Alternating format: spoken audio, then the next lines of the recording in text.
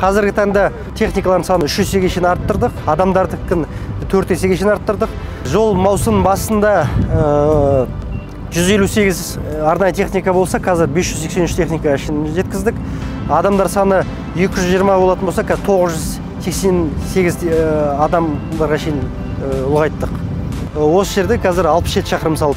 Биылға жоспар енді барлық мүмкіндікше айналма жолдарды азайту санын және көпірлерді жұмысты бітіру. Жалпы айтқанда қазіргі таңда 260 шақырымда қазір жаңа төсеммен қозғалыс берілді. Стандартқа сәйкес 4 түрі болады. Жол бойында қызмет көрсететін объектілердің нысандарын. Оның А және Б категориялар әр 100 шақырым сайын болу керек негізі.